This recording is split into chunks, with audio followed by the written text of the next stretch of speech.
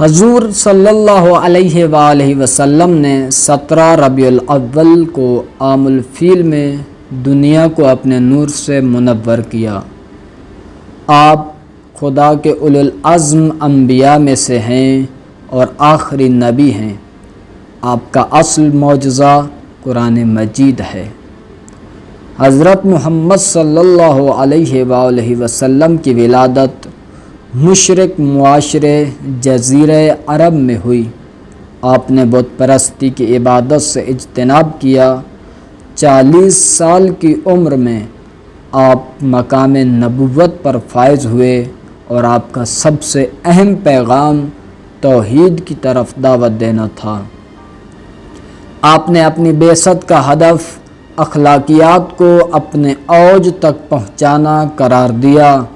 حضرت محمد صلی اللہ علیہ وآلہ وسلم نے 13 سال مکہ میں لوگوں کو اسلام کی دعوت دی اور پھر مدینہ کی طرف ہجرت کی، اور یہ ہجرت اسلامی تاریخ کا ماخذ بن گئی۔ نبی صلی اللہ علیہ وآلہ وسلم کی کوششوں سے تقریباً پورے جزیرہ نما عرب نے آپ کی زندگی میں اسلام قبول کر لیا۔ آپ کے بعد کے ادوار میں اسلام کا پھیلاؤ جاری رہا اور رفتہ رفتہ اسلام ایک عالمی مذہب بن گیا۔ حدیث ثقلین کے مطابق رسول اللہ صلی اللہ علیہ وآلہ وسلم نے مسلمانوں کو حکم دیا کہ میرے بعد قرآن اور میری اطرت کی پناہ میں رہیں اور ان دونوں سے کسی موقع پر بھی الگ نہ ہوں۔ غدیر کے واقعہ سمیت مختلف مقامات پر امام علی علیہ السلام کو اپنے جانشین کے طور پر متعارف کرایا اور 28 صفر المظفر کو اس دنیا فانی سے دار ابدی کی طرف روانہ ہو گئے۔ آپ کو مدینہ منورہ میں اپنے حجرے میں ہی سپرد خاک کیا گیا۔ امام حسن مجتبی علیہ السلام، امام حسن بن علی علیہ السلام سب سے بڑے بیٹے ہیں امام علی اور جناب فاطمۃ الزہرا سلام اللہ علیہا کے، اور وہ شیعوں کے دوسرے امام ہیں جنہوں نے 15 رمضان المبارک 3 ہجری یعنی 29 فروری 625 میلادی میں اپنی معصوم آنکھوں کو کھولا۔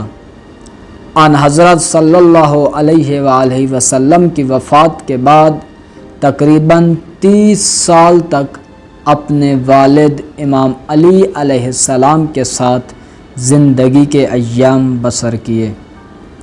والد کی شہادت کے بعد 40 ہجری میں لوگوں نے امام علی علیہ السلام کے جانشین کے طور پر آپ کے ہاتھوں پر بیعت کی، لیکن اس لیے کہ لوگ آپ کی حمایت میں معاویہ کی سرکوبی اور جبر کے خاتمے کے لیے نہ اٹھے تو آپ کی جنگ مجبوراً 41 ہجری میں معاویہ کے ساتھ صلح کرنے پر جا کر اختتام پذیر ہوئی۔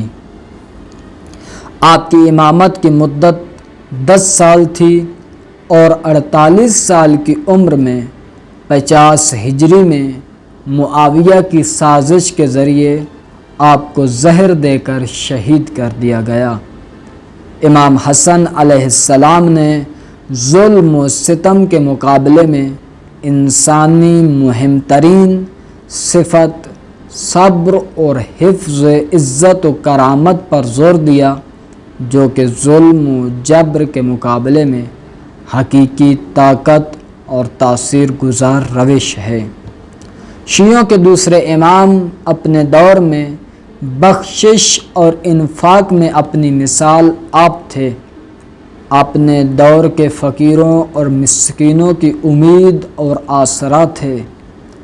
آپ نے اپنی زندگی میں 2 مرتبہ اپنا سارا مال راہ خدا میں بخش دیا اور 3 مرتبہ زندگی میں اپنے مال کو خدا کے ساتھ تقسیم کیا اور آدھا مال فقیروں اور یتیموں میں بانٹ دیا۔ اس لیے آپ کو کریم اہل بیت کہا جاتا ہے۔ امامت کا یہ چمکتا ستارہ، گلشن زہرا کا یہ حسین پھول، زہر آلودہ باطن اور خون آلودہ جسم کے ساتھ اپنے جد رسول اکرم کے شہر مدینہ منورہ میں جنت البقیع کی پاک زمین میں اپنی ابدی آرام گاہ میں 28 صفر المظفر کو تشریف لے گئے۔